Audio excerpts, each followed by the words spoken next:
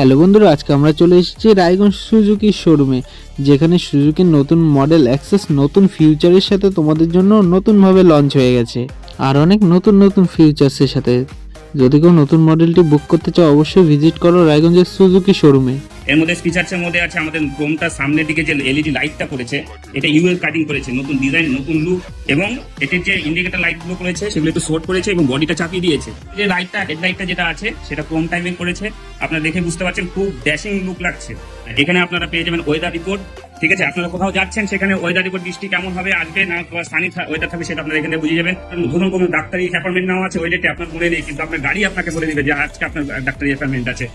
Storage system আগে ছিল single একটা, কিন্তু এখন দুটা ক্যাপাসিটি করে দিয়েছে, যাতে আপনি বিগ স্টোরেজ করতে পারেন। কোথাও দূরে রাইডিং করতে গেলে আপনারা অনেক কিছু লাগেজ এখানে বহন করতে পারবেন। হায়াবুসা লুকস টাইপ করেছে, নতুন একদম বাইকের Hayabusa looks type. Metallic system করেছে, এটা আগে ছিল প্লাস্টিক, এখন করেছে মেটালিক।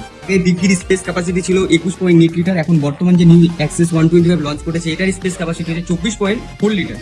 তাহলে আর দেরি কিসের, অবশ্যই ভিজিট করো রায়গঞ্জের সুজুকি শোরুমে।